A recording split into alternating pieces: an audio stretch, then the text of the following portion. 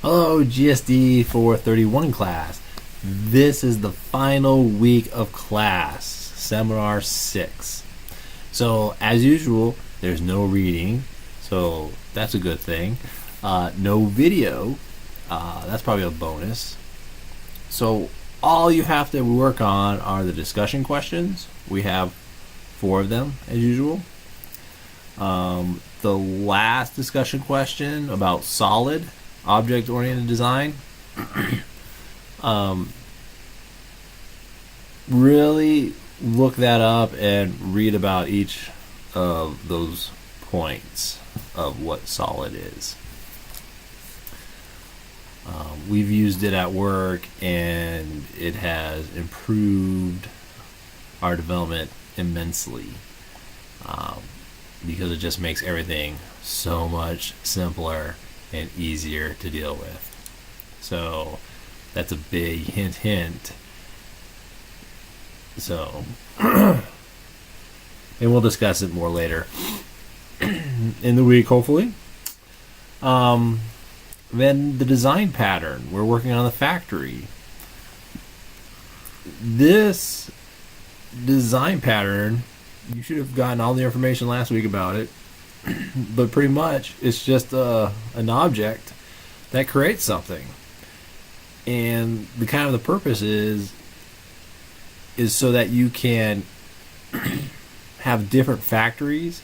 And so if, say, I was another game object and I needed some bad guys in my game, I don't want to be hard coded in, okay, I want to make these bad guys. What I want to do is, you're going to give me a factory, and then out of this factory I'm going to get bad guys. Okay? I don't know what kind of factory you're going to give me. You're just going to give me a different factory depending on which level I'm on, right? If I'm on an ice level, I'm going to get some snowmen. If I'm on a fire level, I'm going to get some, firemen. And that's where the factory comes in. Does that make sense? So by getting the factory, by having a link to that factory and being able to get bad guys out of it, I really don't care what kind of bad guys. But by giving me different factories, I get different bad guys. But I'm just going to use them as bad guys because I only know about bad guys. It's a nice tool to give your code flexibility and not be so hard coded into, this code only, working for this level or whatnot. So that's what the factory is all about. For the project, what we're going to do is you're going to make 3 signposts in the game. I don't care how you make them. And then each of these signposts are going to do something differently depending on which one you click. And the instructions are there. You can read. I'm pretty sure by now you guys can read.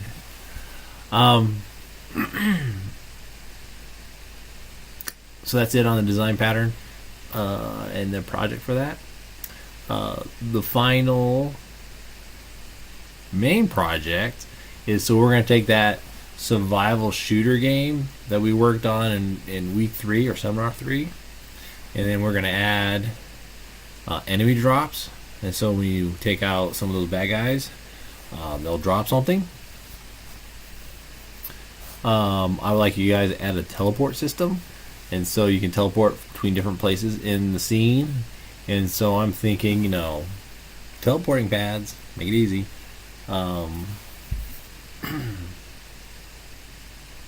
Or you can make it like asteroids, where it's like totally random where they teleport. Use the teleport button on the keyboard or something. That would work too.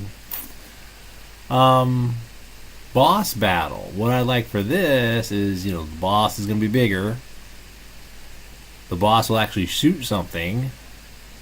And so, kind of keeping in the theme of the game, try to be creative with it. I know our little sleeper guy who's shooting the gun is shooting the gun. But your boss could actually be shooting pillows or something else, okay? The easiest one would be he's shooting a ball. Easy.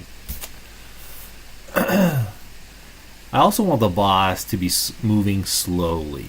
Okay, so he's not going to move as fast as the regular little dudes and the bigger dudes, but he's going to move slowly.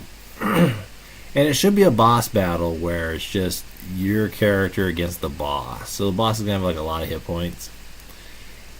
And so, you're going to have to be, move around and dodge him for a while before you can take him out. So you have to add that kind of game mechanic into the system. Add a high score screen after the death. So when you die, have a high score thing going, okay? It doesn't have to store while the game is running. It has to store the names and the values for the time period, but it doesn't have to stay there between closing the game and starting it back up. That can clear. That's fine. So we're not looking for a long-term scoring system here. We're just looking for, okay, we have a high score rank thing going, and you're in there, okay? Add AI to the player. And so what this is I would like you to add a button to the window. So like a button that stays like right here on the screen, or down here, or wherever you want it on the screen, and it just stays there as you walk around the level. Okay, so it's going to be a UI button. Okay, last time I taught this course, somebody made a button in the game, and I didn't realize that, and they got dinged for it. Until they emailed me and said, "Hey, I got a button," and I didn't see it. So that's the idea there. And so your AI for your little sleeper dude that's shooting should move, should shoot, and and it should realize there's pickups in the scene. Now, the AI, there's like two pieces to this, two main pieces. One is moving and one is shooting. Consider them, hint, hint, as two different things, okay? So you're going to make a script, and all it's going to do is tell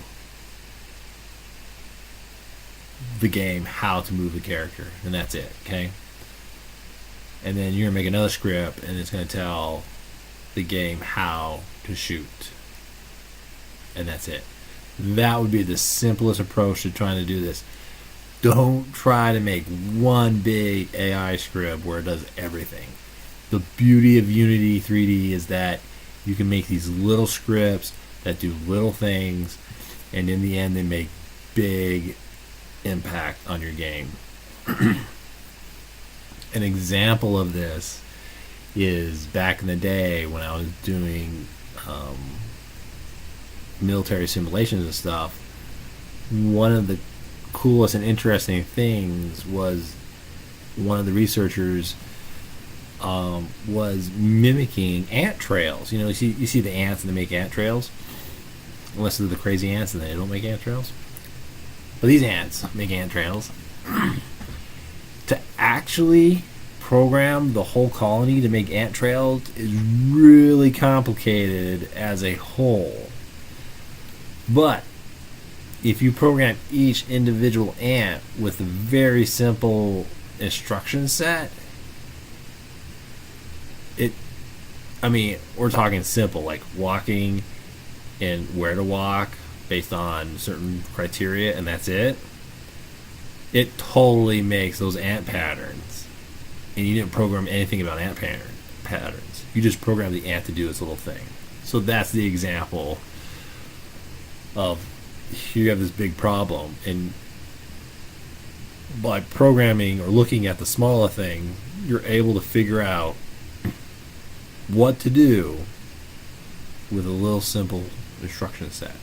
So that's why I say with the AI, you want to probably think about having at least two different scripts for the two different main things, moving and shooting.